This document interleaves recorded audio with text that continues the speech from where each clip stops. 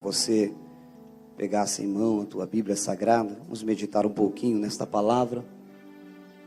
Palavra esta que é viva e eficaz. Carta do apóstolo Paulo aos Efésios, capítulo de número 2, amados. Glória a Deus. Jesus é bom. Carta do apóstolo Paulo aos Efésios, capítulo de número 2, a partir do verso de número 13, amados. Efésios, capítulo 2, versículo 13. Amém? Escrito está, prestai-vos atenção. Mas agora em Cristo Jesus, vós que antes estáveis longe, já pelo sangue de Cristo chegastes perto. Porque Ele é a nossa paz, o qual de ambos os povos fez um, e derribando a parede de separação que estava no meio, na sua carne desfez a inimizade, isto é, a lei dos mandamentos, que consistia em ordenanças, para criar em si mesmo, dos dois, um novo homem, fazendo a paz. Versículo de número 16. E pela cruz, reconciliar ambos com Deus em um corpo, matando com ela a inimizade. Você pode colocar a sua Bíblia no banco, por gentileza, e segurar na mão de quem está ao seu lado com carinho e respeito. Aleluias. Presença de Deus, presença do Espírito Santo neste lugar. Segure na mão de quem está do seu lado com carinho. Faça isso se você tiver comunhão com Ele. Se você não tiver, hoje é o dia de você tornar a ter comunhão com Ele. Curve a sua cabeça, feche os seus olhos, vamos orar. Pai, em nome de Jesus, Tua presença aqui é real, é forte, e deve marcar a nossa vida nesta noite mais uma vez, porque vale mais um dia dentro deste lugar, Senhor, do que 1000 fora desta casa.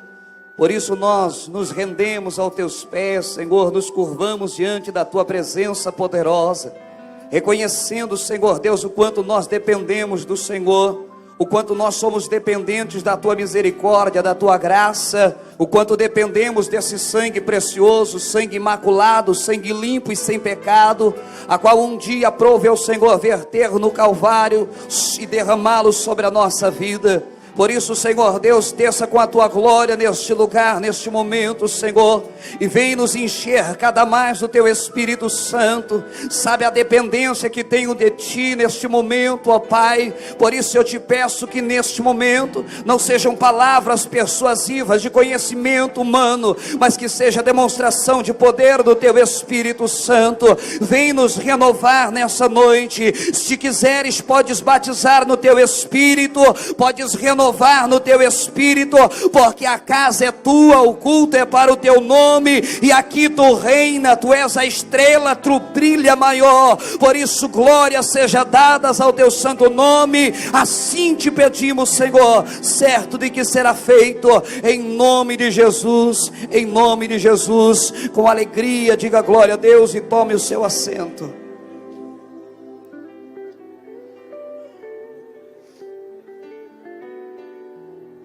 Aleluias. Amados, quero ser grato a Deus pela vida do nosso pastor, por me conceder a oportunidade de compartilhar com os irmãos da palavra de Deus. Esta palavra, ela ardeu no meu coração essa tarde,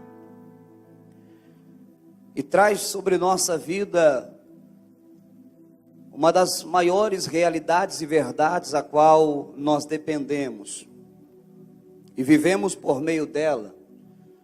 E se tratando de um culto que vai tratar de questões administrativas da Igreja do Senhor, nada mais apropriado do que meditarmos um pouco, ainda que um pouco, mas meditarmos no que Paulo está dizendo acerca desse assunto. Um assunto que Paulo está falando sobre a escolha de dois povos para compor o seu reino. Isso é lindo da parte de Deus. Paulo está falando de um povo que foi escolhido por soberana vontade de Deus, viveu momentos marcantes com o Senhor, de um povo que viveu 400 anos escravizado no Egito, debaixo do jugo de Faraó. Mas de repente Deus resolveu se lembrar do seu povo, como está escrito. Deus se lembrou do seu povo, está escrito na palavra de Deus. E quando Deus se lembra, Ele faz questão de levantar alguém para fazer com que a sua vontade aconteça e aquele povo seja tirado do cativeiro egípcio, seja tirado do jugo de Faraó e levado para viver momentos de comunhão com Deus, momentos de intimidade com Deus, momentos de comunhão com aquele a qual os havia escolhido. Interessante é que Deus escolhe este povo então vive a oportunidade de se manter em comunhão com esse Deus tão poderoso, que não os libertou de uma forma normal, simples, mas os libertou de uma forma sobrenatural. E todos nós conhecemos como foi a libertação do povo de Israel do Egito. Algumas pessoas não entendem, não acreditam, não creem, mas nós que somos salvos, acreditamos que esta palavra é fiel e verdadeira, de que aconteceu da maneira com que Deus deixou relatado na sua palavra. Aleluia! Por mão forte, Deus resolveu libertar o seu povo e tirá-los do Egito, fazendo maravilhas e prodígios no meio de todas aquelas pessoas, deixando notório o seu poder e o quanto ele amava o seu povo, o quanto ele estava disposto a fazer com que o seu povo vivesse um momento de intimidade mais profunda com ele. Então Deus resolveu fazer tudo aquilo que nós observamos, resolveu mostrar a Faraó que, ainda que ele se achasse um Deus, Deus resolveu mostrar que só havia um Deus, um que merecesse honra, glória, poder e adoração. Aleluias! E Paulo está tratando aqui de algo que é muito lindo, vai sintetizar a fé cristã de uma tal forma. Paulo vai simplificar o plano de Deus para a nossa vida de uma tal maneira que até uma criança olhando uma história na classe da escola dominical é capaz de entender o plano de Deus, de resgatar o homem da sua vã maneira de viver e colocá-lo no reino do Filho do seu amor, como está escrito na sua palavra. A vontade de Deus sempre foi fazer com que o homem tivesse a sua vida transformada para poder viver em comunhão com Ele. Então Paulo vai trazer aqui, superficialmente, de uma maneira simplificada, linda, que ali era um corpo. Aleluia! Israel era um corpo que, para se participar, era necessário sacrifícios, oblações, era necessário que uma vez por ano animais fossem mortos para que aquele povo pudesse gozar de uma plena comunhão com Deus, ainda que no outro dia tornariam-se de novo a ser pecadores. Porque o sacrifício durava um dia, o dia da expiação era um dia, no outro dia todos estariam debaixo do jugo do pecado novamente. Porque Paulo diz à igreja de Roma que todos pecarem, destituídos estão da glória de Deus. Então todos estavam debaixo do pecado, Deus fez assim para nos nivelar. Deus resolveu fazer desta maneira para nos igualar, para que não houvesse nenhuma forma de ninguém se sobressair ao próximo. Aleluia! Porque todos estão nivelados debaixo do pecado. Diga para o teu irmão, faça assim para ele assim, ó, nós estamos nivelados. Diga para ele entender de novo, ó, nós estamos nivelados. Aleluia. Deus, ele é tão fantástico que ele não dá espaço para o homem se achar, ainda que alguns se achem, mas a gente sabe que não dá. Na realidade, Deus, ele sabia o que estava fazendo. Então ele estabelece esse corpo. E para entrar nesse corpo, você já ouviu, vários sacrifícios deveriam ser feitos. Até mesmo aquele que se chegaria a Deus, aquele que se aproximaria da intimidade com Deus, o sumo sacerdote, uma vezinha por ano só, e mais nada. Até ele mesmo deveria fazer um sacrifício por ele, pela sua casa, para ele poder se aproximar de Deus e ter comunhão com Deus. E tendo isso como base, Paulo está dizendo que Deus resolveu inovar. Aleluia. Deus resolveu mudar a história. Eu não sei se Deus pensou alguma outra coisa, mas eu vou deixar a minha mente ser tomada agora pela liberdade que Deus me dá de conjecturar, não de inventar, mas de conjecturar. E eu posso ver Deus olhando para a humanidade e vendo de que desde lá, desde Gênesis 6, o homem não teria capacidade de mudar aquilo que estava dentro da sua natureza. Aquilo que estava dentro da sua natureza humana. A aparência podemos mudar, a roupa trocamos, o cabelo trocamos. Aleluia. Mas aquilo que está dentro de nós como natureza humana não dá para se trocar. Ainda não. Ainda não. Então Deus olhando e vendo que o homem seria incapaz de transformar a sua própria natureza, ao ponto de poder então ter de novo comunhão com Deus. E deixa eu dizer algo para você. Ou você erra, ou você cai, ou você peca por conta da sua natureza. Paulo tentou explicar isso, ele diz assim, olha, às vezes eu faço coisa que não quero fazer, e quando eu quero fazer alguma coisa, eu não consigo fazer. Então eu encontro essa lei dentro de mim, que aquilo que eu quero fazer não faço, mas o que eu não quero faço. Miserável homem que eu sou. Se intitulando como um miserável pecador, Paulo vai expor aqui aos Efésios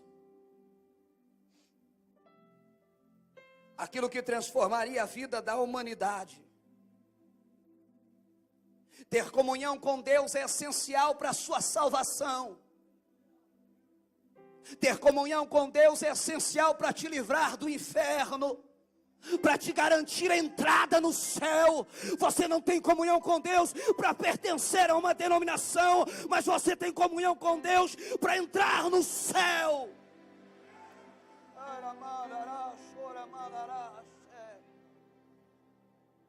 Quando você resiste ao pecado, você está resistindo ao pecado para manter a sua comunhão com Deus. Aleluia. Então Paulo vai trazer uma revelação tão bonita, tão forte. Aleluia. E ele vai dizer que Deus resolveu fazer um outro corpo. Isso é loucura, meu irmão. Mas loucura para quem perece. Para nós que somos salvos é poder de Deus para a salvação. Mas aí havia um conflito. E havia um conflito porque não poderia haver dois corpos. Então Deus resolveu fazer algo maior, que a humanidade não compreenderia, que a ciência não entenderia, teólogos não compreenderiam na sua essência. Aleluia! E Deus resolve preparar um corpo diferente. O salmista diz: sacrifício não quisestes, mas corpo me preparaste. Pegou? Não pegou? Vou repetir. O salmista, inspirado pelo Espírito Santo de Deus, num dos salmos messiânicos, ele diz assim: sacrifício e ofertas não quisestes, mas corpo me preparaste. Jesus falando.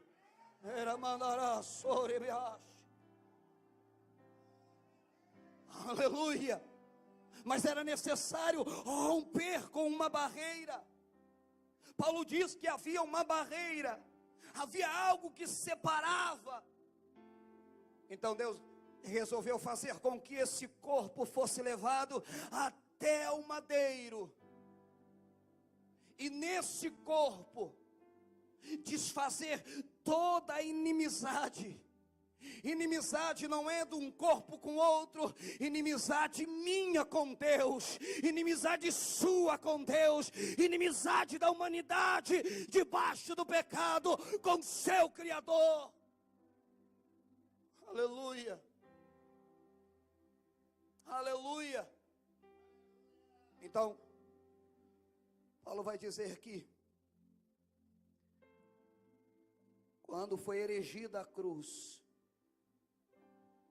quando foi levantada a cruz, e nela pregado Jesus, o Salvador, toda a inimizade, toda a barreira, tudo aquilo que nos separava de Deus, caiu por terra.